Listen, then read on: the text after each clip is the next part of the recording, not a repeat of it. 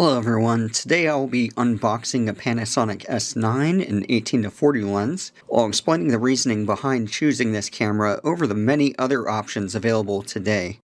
As a background, I enjoy making tourish videos of museums and special events. Even though they don't get a lot of views, I do enjoy it, and thus far I've been using a Canon R7 with various sized lens. Most recently, a Sigma 17-40mm f1.8, and I've been perfectly happy with that output. Unfortunately, this combination is quite bulky, and it requires a bag to truly be comfortably transportable. It's not really fun to carry around on my person for a walk in the city. In addition, 17mm on Canon APS-C sometimes isn't quite wide enough for tours, and for example here, I would have liked a wider view of the shelf of the orchids, so I was looking for a secondary camera and a zoom lens that would be a lot less of a burden to use for this kind of activity, and offers a somewhat wider field of view. My requirements were for it to be compact enough to easily store in a jacket or cargo pants pocket. I have a good handheld video stabilization and have decent low light performance, since museums are very often dimly lit. And ideally, it should also be under $2,000. It also needed to have video options no worse or only a bit so than my R7. And if you're not familiar with this camera, it could do 10-bit log footage, oversampled 4K 30, uncropped 4K 60, and 1080p 120 frame per second. It doesn't overheat easily. I've never even seen the heat bar appear on the thing with normal use. So the Lumix S9, it mostly fits with those requirements. It does have cropped 4K 60, and the footage with the 18-40 kit lens, it will definitely be noisier than the R7 at f1.8. But for those really dim situations, I could also supplement it with one of those compact 40mm f2 primes. But again, in all, why the S9 over the other options available? So as a Canon user, staying within the ecosystem, that would be the most logical solution, and a new wider lens would be the easiest and cheapest option. The Sigma 10-18 or Tamron 11-20 f2.8, those in theory, they would give somewhat better noise performance than the Lumix S9 with the 18-40, but I would lose out on the longer end, which I also consider important. And even though those two are relatively small, they're still pretty chunky when you combine it with the R7.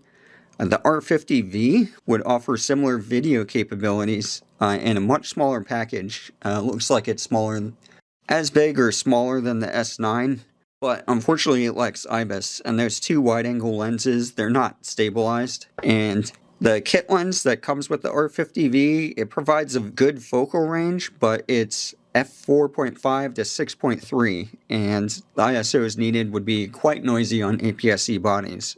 Canon's compact full-frame lens options, they're extremely limited, and even the IBIS-less ones, like the R8 paired with the RF24-50 little kit lens, that would be a bulkier setup than the S9 kit. The new R6V that got announced with the 20-50mm f4.L lens, that's bulky as well, and it's also, I think, over $3,000, so that's going to be a no-go either.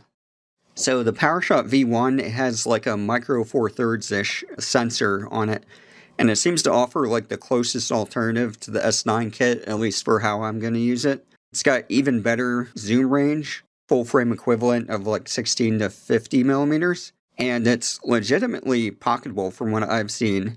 It's about approximately the same size as the S9 body alone, and when on sale refurbished, you can get it for about half of what you can for the S9 kit on sale. Obviously, as a Canon tool, it's got a familiar interface and operations, and from what I've heard, it's got better autofocus than the S9, so that's perfect for the use case, right?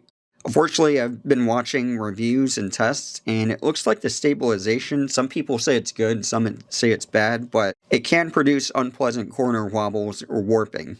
And also, the equivalent aperture offered by the V1, it's actually darker than that of the S9 kit. Even if it doesn't make that much difference in terms of noise, the V1's lens is fixed, so no compact primes on this thing. So ultimately, I did decide against the V1, but I do think it's one of the closest competitors to the S9 kit for most people if you will really be changing lenses. So Sony, it's very popular, got tons of third-party lenses. What do they have to offer? They definitely have a lot of compact vlogging bodies, 1-inch APS-C and full frame. And from what I've heard, all the modernish bodies all have very good autofocus, better than Panasonic. Starting with 1-inch, you've got the ZV-12.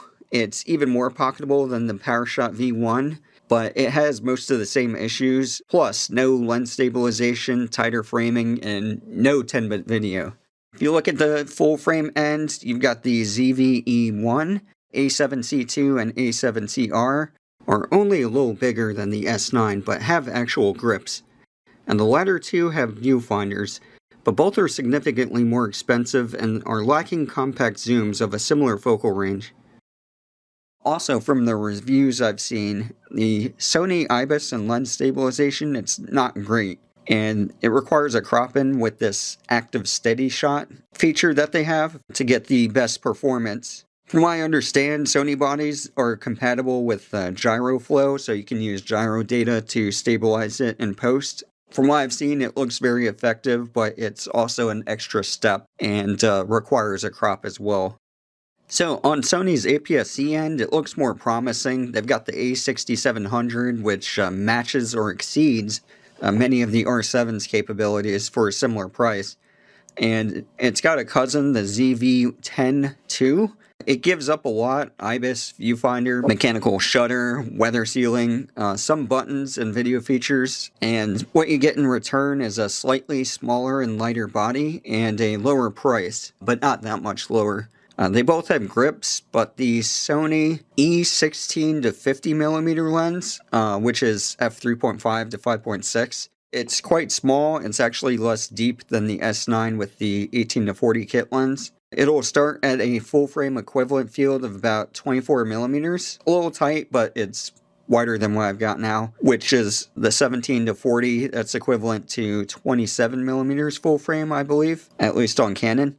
But as with the full frame bodies, you need the active steady shot to get the best performance on Sony. So that adds a crop and potentially negates the extra width. In addition, I've already used f3.5 to 6.3 zooms on APS-C cameras, and the footage they produce in dimly lit indoors, it's just a bit too noisy for my taste, especially so if you have to add a circular polarizer for glass. And the 18 to 40s, f4.5 to 6.3, it wouldn't offer that much better noise performance at the same exposure. But like before, you compare a compact, inexpensive prime like the 40mm f2, and that would just allow it to pull further away from the A6700 with a similar lens. For my specific situation as well, it didn't quite sit right, spending $1,500 for something that was effectively equivalent to my existing R7. For most people starting fresh, I believe you could make a case for the A6700 over the S9 for some people. Fujifilm, they've got plenty of modern compact APS-C bodies. They've got so many of them. They're coming out all the time. They've got modern video specs, and plus the new compact but stabilized XC 13 to 30mm lens would be a perfect focal range for my use case, even if you have to crop in for stabilization. They also have the stabilized XC 15 to 45mm and a whole bunch of compact primes that are additionally available that could supplement it as well. I could pair those lenses with the XE5, XM5, XT50, XT30 Mark III. Yeah, they have a lot of bodies.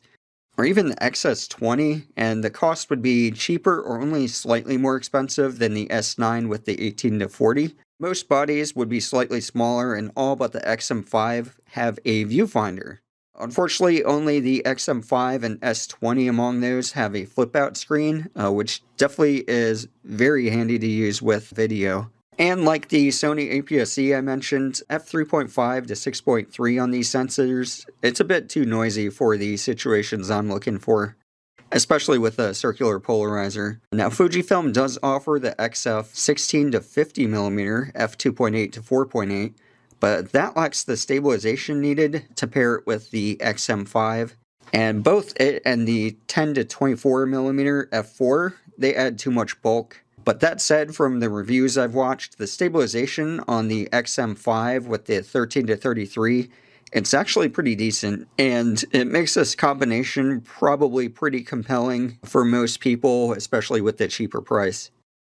So, Nikon. Nikon's made great strides recently with their camera capabilities and with their pricing. Their modern APS-C offerings are pretty meager. The S52 is quite large for a body without IBIS, but the full-frame Z5 II does feature IBIS, a viewfinder, weather sealing, and a larger high-resolution screen than the S9 for a few hundred more. The ZR is more expensive still, and it lacks a viewfinder, but it's got a massive 4-inch screen and advanced video specs and frame rates. But as of this video, no OpenGate. Maybe it'll come in a firmware or something. But it also has a lot of other cool features, and it's not much larger than the S9. However, the closest available lens in size and focal range to the Lumix 18 to 40, it appears to be the equally dark Nikkor 24 to 50mm kit lens. And watching various tests, Nikon's IBIS seems to perform relatively poorly. And they split it into this sport and normal modes, which seems obnoxious to deal with. The ZR even has fewer buttons than the S9, but with that longer screen, it might mitigate it somewhat. For those who don't mind paying more for the ZR, you do seem to get a more professional body, and it might be a good choice against the S9, especially if you consider the flexibility of the Z mount. Micro Four Thirds, that's a system I'll admit I'm not too familiar with, but Panasonic and Olympus, or OM1, in theory should offer some seriously compact bodies. But unfortunately, Panasonic's interchangeable lens offerings, with modern video capabilities at least, they're all gigantic. The OM1, they have the suitably compact OM3 and OM5 Mark II, both of which have really advanced weather sealing, which is really cool. That would be really handy for an everyday carry camera like that. And both of them have IBIS too, but unfortunately the OM5 II lacks 10-bit video. Both have IBIS, but from the test I've seen, the jello effect is quite noticeable, unfortunately. The Micro Four Thirds mount, it seems to lack compact, brightish zooms of a similar length to the Lumix 18 to 40. The closest I was able to find was the dark Olympus 9 to 18mm and Panasonic 20 to 32. But again, I'm not that familiar with the Micro Four Thirds system, so there could be others out there as well. However, if we look towards the fixed lens cameras, Panasonic has a new L10. Don't confuse it with the 2007 camera of the same name.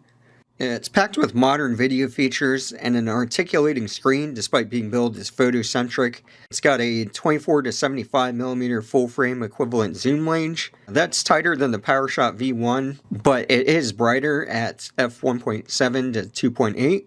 It's also got a viewfinder, a hot shoe, a small grip, and much better build quality in general than the S9. In fact, it's got a lot of stuff that people complain are missing about the S9.